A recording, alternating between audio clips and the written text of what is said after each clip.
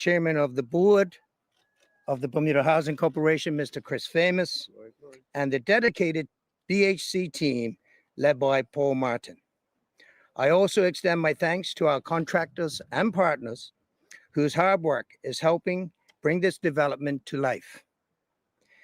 The inception of this project began in 2018 when the project management department at BHC identified the Battery Road site as a location capable of delivering meaningful, modern housing for the community.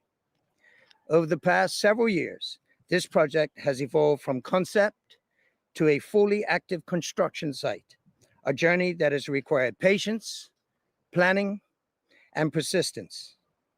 From initial design work and site preparation to navigating unforeseen obstacles, including a pandemic, global supply chain disruptions that impacted construction projects across Bermuda. The Battery Road development has steadily advanced because of the commitment of the BHC team and its partners. Today's progress reflects the long-standing effort and our shared determination to deliver high-quality, affordable homes for Bermudians. On April 4th, 2024, the Premier, the Honorable David Burt, and Lieutenant Colonel David Birch, the former Minister of Public Works, officially opened Phase 1 at 22 Battery Road. That phase delivered 4 units, 3 studios, and 1 2-bedroom unit, an 82,000-gallon water tank, ensuring long-term water storage capacity. A project value of $896,000 included roughly $200,000 in shared infrastructure costs that support both Phase 1 and Phase 2. Phase 1 marked an important milestone in the redevelopment of this site and laid the foundation for the expansion now underway. Building on success, today we are very, very pleased to highlight the ongoing progress of Phase 2, which will deliver a 9,400 square foot residential building consisting of 12 modern units, 6 studio apartments, 4 2-bedroom units, and 2 uniquely designed 1-bedroom units. The construction value of this phase is $3.75 million, representing a substantial investment in St. David's housing infrastructure. I would like to acknowledge Ocean Interiors, the general contractor, for their ongoing work and collaboration. Phase 2 is moving ahead with a revised completion date of August 2026. We look forward to handing over these new homes to Bermudians who need them most. Battery Road is one of several projects moving forward under BHC's expanding pipeline.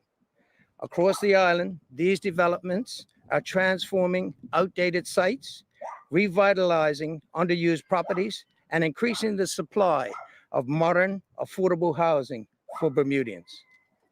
We continue to make progress through the residential building program, the private sector refurbishment program, and our modular housing pilot, all part of a long-term strategy designed to increase supply, provide more choice, and modernize Bermuda's overall housing system. Every additional unit, whether a studio, a loft, a 2-bedroom apartment, represents another Bermudian or Bermudian family gaining secure, stable housing. And this is the purpose of our work. Today's update is more than a construction milestone. It represents our commitment to people-first development, where housing is viewed not only as infrastructure, but as a foundation for stability, dignity, and opportunity. To the BHC staff, contractors, engineers, and tradespeople, thank you for your dedication. To the residents of St. David's, thank you for your patience and partnership as this long-planned project comes to fruition. We look forward to returning in 2026 to open the completed Phase 2 building and welcome new tenants into their homes. Together, we are strengthening communities, increasing affordability, and building a housing system that works for all Bermudians. Thank you. Thank you. Good morning, Minister. Jasmine Patterson from Bermuda Broadcasting. Yeah, about this project, 3.75 million. Around what percentage of that is of your total budget towards the residential affordable housing projects that are going on? I guess about 5%.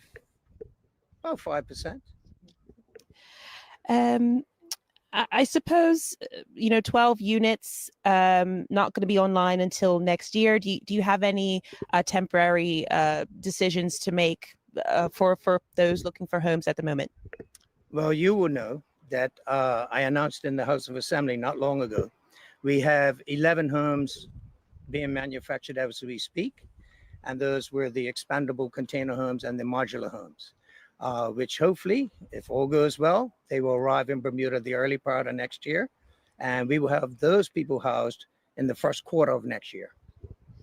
So what sort of thought process went into the modular homes? What kind of checks and balances did you ensure that it meets Bermuda's standards and conditions? Oh, that's an easy one. We've spent the last 9 months doing that. A lot of due diligence. Many people you see standing with me today, and some that are not standing directly beside me. It's a lot of work been put into looking at what we can do with regard to supplying affordable homes for our people in a quick way and in a huge way. So we'll have some good news coming for you in the next several weeks that I think everyone in Bermuda are going to be very happy to hear. And what assurances can you give to those who feel a modular home may not be as substantive as a brick and mortar house? Well, I would think you would know, Jasmine, that technology today, the expertise today, different building methods are being used all over the world. I am very confident that the homes that we provide, the people that will be living there will be very, very happy. Also, just back to this property here, have you had to start from scratch? What kind of work went into laying the foundations here? Are you able to? We did. In fact, the RAMP, Ms. Fogo, gave me a quick history lesson before we started.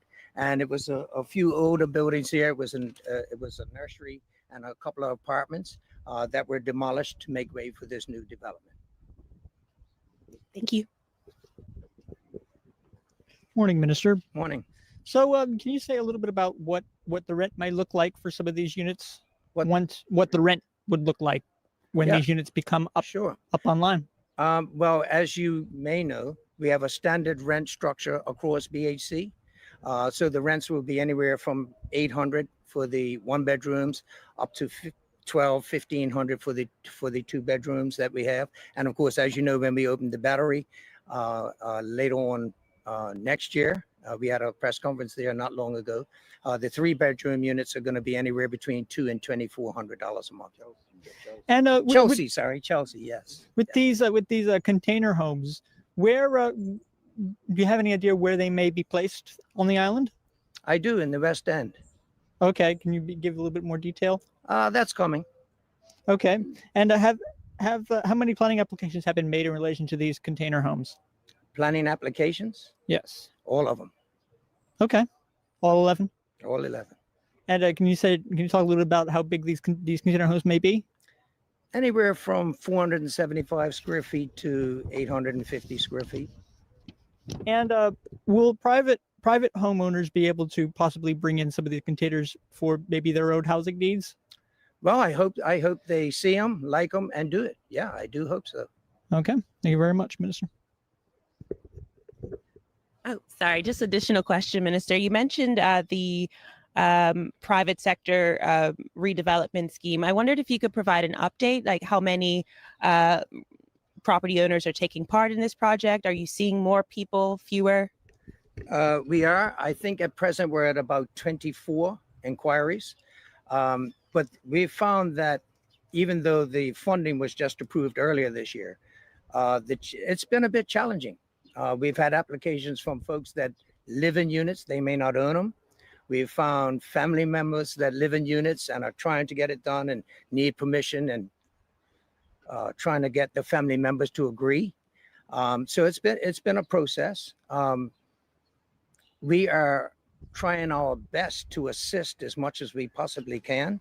But we're finding that it is a bit of a process.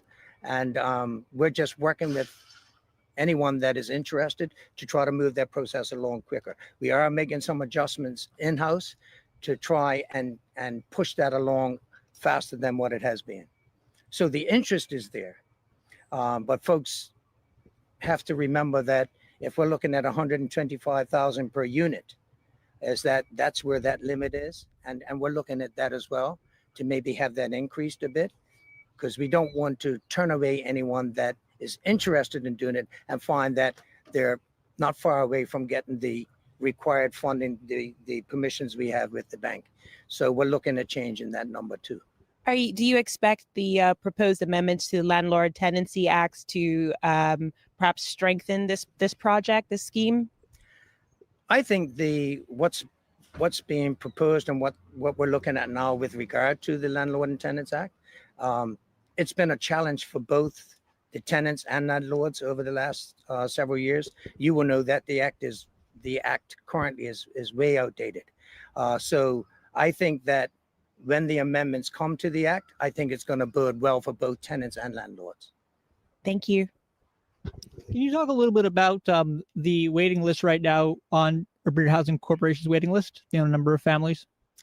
Yes, we have just over 300 families, and it's about 1,100 people. Okay. Thank you very much. All right, thank you. That concludes the questions. Minister, do you have any closing remarks you'd like to share with the public? The only thing that I would like to share with the public is I want them to know that our ministry, it's a new ministry, and we've been working around the clock to come up with solutions for housing for our people. And all I can say at this stage is that we're in a very, very good space. And within the next couple of weeks, you're going to hear some very big news that's going to make a lot of people happy. I'm excited. Thank you, Minister. That concludes the press conference. Thank you all for joining us and have a great day. Thank you very much.